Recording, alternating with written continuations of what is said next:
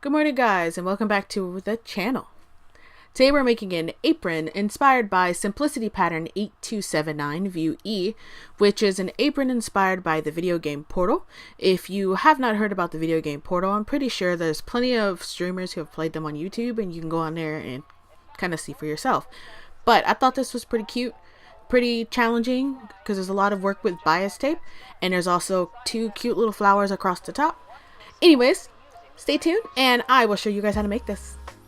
First, take your fabric and fold it lengthwise, right sides together.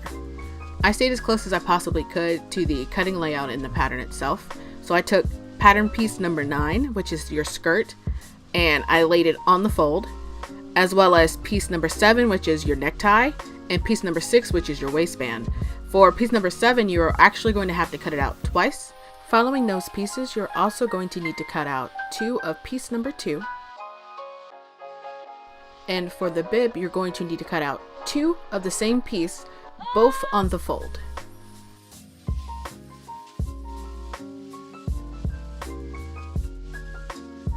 And trust me, on the bib part, you're going to want to pay really good attention to all the markings. I went ahead and copied everything, because those markings are going to be really important for when you're putting the bias tape and making the design of the applique.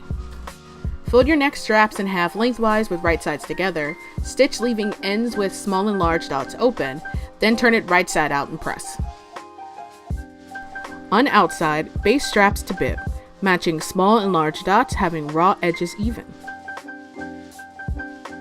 Flip your previous bib piece over and match the bib facing piece, which is the other piece that looks exactly like your bib piece, without the straps. Match it to your previous bib piece, right sides together, and pin both bib pieces on upper edge matching your centers. To reinforce the seam at the center, you will want to stitch again over the first stitching, and then clip down the center as close to the thread, like right down the middle, as close to the thread as possible without actually cutting through the stitches. And then you want to trim your seams and clip your curves. Turn your facing to the inside, press along your neckline, and then machine baste your raw edges together. So let's talk about bias tape. If you look at your bias tape, or if you look at the one here, you can see that one end of the bias tape extends out farther than the other one does. That's because when you're sewing, you want to be able to catch the other side of your bias tape with your sewing machine so that you don't have to actually look when you're sewing to make sure that it's there. So what you want to do is, when you're sewing, you always want to make sure that your shortest end is always facing up when you're sewing, so that you automatically know your needle and thread will constantly be catching on to that back part of your bias tape. So following along the lines that you made from your pattern on your bib, you want to pin your double fold bias tape to your bib, centering tape over the horizontal placement lines. You want to stitch as close to the pressed edges as possible. Then you want to apply your bias tape to the edge of your bib, turning under ends at the upper edge. To turn up your bias tape, all you have to do is fold it over and then place it on the edge. I used a pin or a clamp to hold it down, and then I sewed up the edge to keep that end from coming loose and looking neat. For your waistband, you want to take piece number 6, which is your waistband. Take one number 7 piece, which is a tie end, sew it on one end of number 6, and then take the other 7 and sew it to the other edge with all right sides together and notches matching. Then you want to fold it in half, which I would suggest to press it because it makes it easier. And then you want to sew the ends of your ties.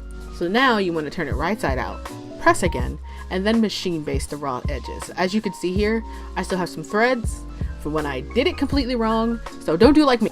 On the outside, you want to pin the notched edge of the waistband to the bib, and then stitch as close as possible to the pressed edge. Apply your bias tape on the vertical lines that you created, down your bib and over the waistband. And then sew as close to the pressed edges as before. Now stop. Let me just explain the frustration I'm having with this applique and using the incorrect fabric. As you can see here, the thin fabric that I used completely wrinkled underneath all that heat and melded into the background, so it just looks really wrinkled and there's nothing I can do to fix it unless I completely do it over again. So to help you, I would suggest using felt, because unfortunately the pattern doesn't tell you what type of fabric to use.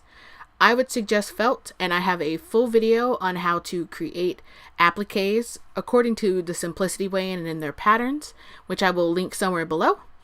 But yeah, so save yourself some time and just make your appliques out of felt. Once you have made your applique, you're going to need to stop, take a breath, pray for patience, because you're going to need to take your bias tape and sew it all the way around the edge of your beautiful circle. And if you're new to sewing, sometimes sewing in a circle can be difficult, but don't let it stress you out. Just take your time, work really slow. I did not use any pins when I sewed mine in, but as you can see in the footage, I just took my time and just sewed it little by little. It's just going to take a lot of patience. Now we're going to apply the applique by placing it within the circle on the guidelines that you made previously, and then take your iron with steam and a press cloth and then press down on your applique. Apply binding to the side edges of the skirt, clipping at the corner, and then apply binding to the lower edge of the skirt, turning under the ends just like we did on the bib piece. Alright, now to put everything together, you're going to take your bib and your skirt pieces with right sides together, making sure that the waistband is in between. You want to match the centers and notches and stitch across that seam.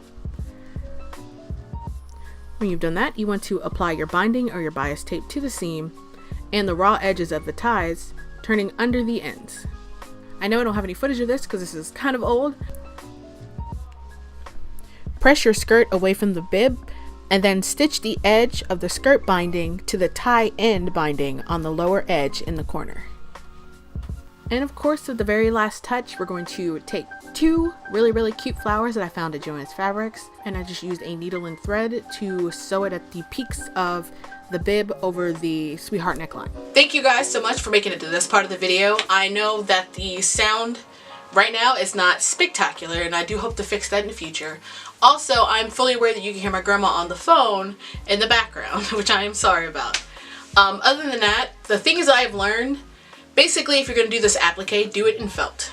I suggest felt 100% so you don't get wrinkles.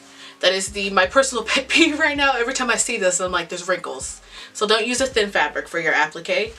Also, you can use anything from satin to broadcloth. I truly like the satin here. The only reason I chose this satin is because it was the only color to match this type of bias tape that they had at Joann's Fabrics. So that's my reasoning behind getting satin. But if you can go with cotton or something, I say go for it. You'll probably not have to iron it as much as I do. But yeah, that's it. Thank you guys so much for joining me. My name is Jacqueline. I'll see you next time. These editors are programming today's copy of the paper into that same Ohio computer. When the telephone connection between these two terminals is made, the newest form of electronic journalism lights up Mr. Howard.